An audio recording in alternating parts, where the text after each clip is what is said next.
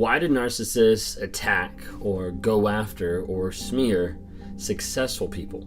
Why do they go after the people that seem to have things figured out in life or seem to be giving them all the love or all the attention? Like, why do they actually turn around and bite the hand that feeds them in one sense? Why do narcissists attack successful people? If you guys don't know who I am, my name is Ben Taylor. I'm a self-aware narcissist on this platform to provide awareness, growth, healing, and change. And I do that in several aspects, in several venues. I do it by providing content, by having live events, also by coaching people one-on-one.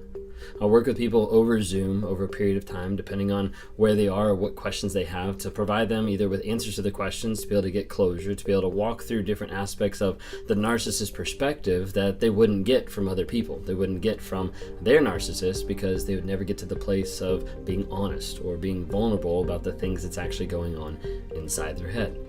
I work with people daily to break free of the trauma bond. So the idea of something that's been built through cognitive dissonance, through that push and pull in the relationship that makes you think, hey, I know this relationship is actually toxic. I know this relationship is not helpful for me. I struggle when I'm in it. I have high anxiety. I gain weight. I get irritable. I have reactive abuse. I know that this relationship is not helpful or beneficial at all, but I still want it. I still want to go back to it. I still want to engage with the person that I know has hurt or abused me. Oftentimes when you're in this scenario, you feel crazy. You feel like you don't understand what's actually happening. A lot of times you're stuck in the aspect of the trauma bond, whether that's built on cognitive dissonance, whether that's built on the idea of hope or the idea of potential, thinking that maybe something might happen or maybe this person might change. And as I work with people on doing that process of going through the trauma bond and figuring out, hey, what is actually going on?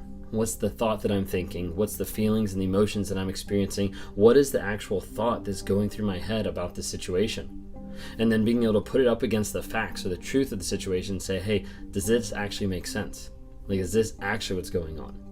And as people start to gain truth and gain insight of what they're seeing in the relationship that they didn't realize, that they didn't think of, or they didn't acknowledge was actually happening to them, they're able to start getting that clarity.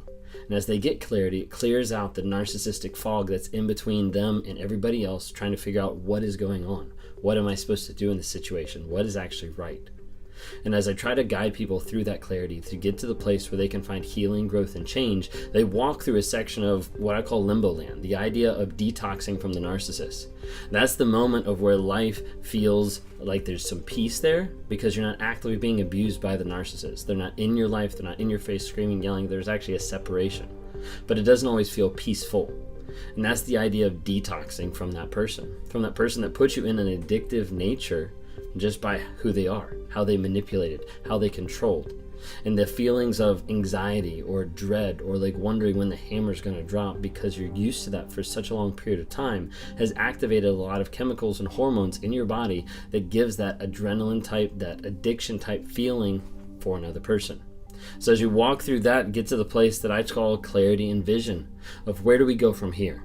As you're healing, as you're getting through that healing journey, now what's next? What's next as you step forward? And that's where I talk to people about clarity of where they're going in life, what they want to be like, how they want to feel, what's success when they get there, all these different types of things leading up to the aspect of living a healthy and life that just makes sense, healthy and healed life. Okay. And as they walk towards that, it's the idea of like setting up boundaries for good people, boundaries for bad people. It doesn't really matter because boundaries are ultimately for you.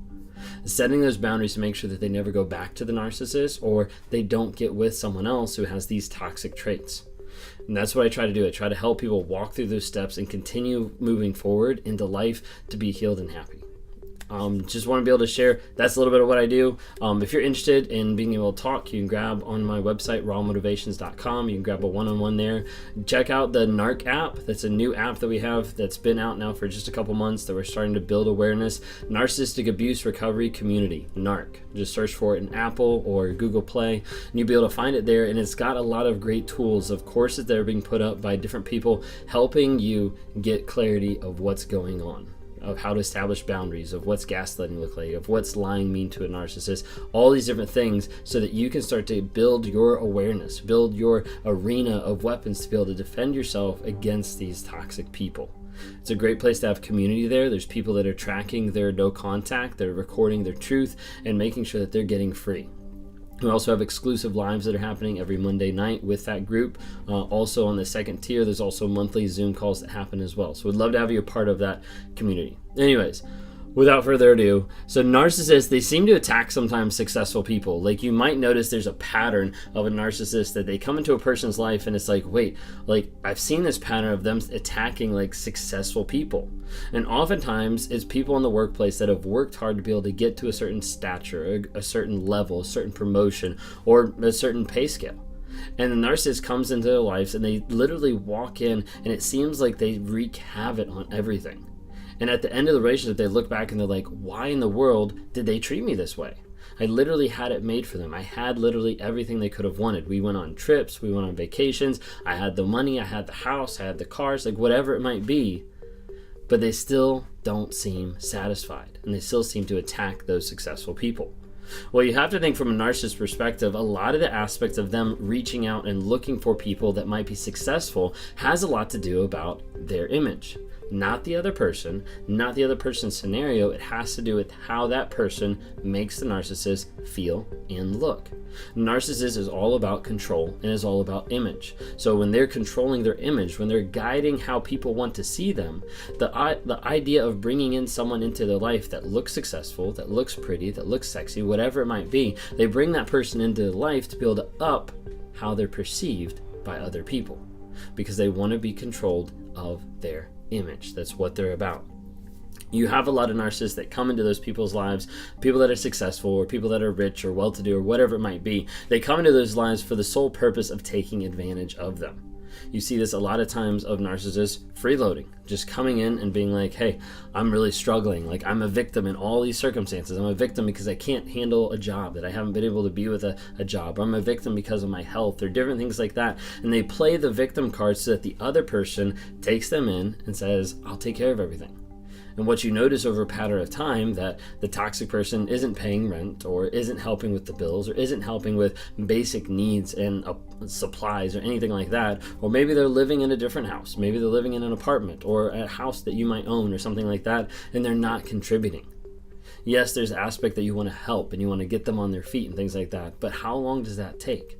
Sometimes you'll see with narcissists, there'll always be an excuse. There's always be another reason, another thought of why this won't happen, why this can't happen, when ultimately it comes to the aspect that they're just taking advantage of you.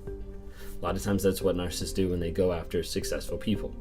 I had someone I was talking to on a one-on-one where they explained how the narcissist really took all their finances, really depleted all their finances. Countless stories. There's one that was a business. There's one that it was a separate entity. There's a lot of different things. But one example in particular, he depleted all of their finances. She called him up and she said, by the way, we can't do this. Like, there's no money left. Like, I'm going to have to file for bankruptcy because of what you just bought or because of what you just did. By the time she got home, that person was packing their bags to leave because the money had dried up. Narcissists oftentimes will go after successful people just to be able to freeload off of them and be able to get whatever they can out of it. Sometimes the narcissist or a toxic person, they're looking for the idea of success and thinking that, hey, maybe this relationship will be successful. Maybe they'll bring me up into that success world. Maybe I'll look better in that success world. So going back to image, but maybe the idea of maybe this will be success. A lot of times you have narcissists that are looking for ideal image or an ideal love or ideal power, success, whatever it might be. And so if they're in this aspect of, hey, maybe if I bring this person into my life, I will be more successful.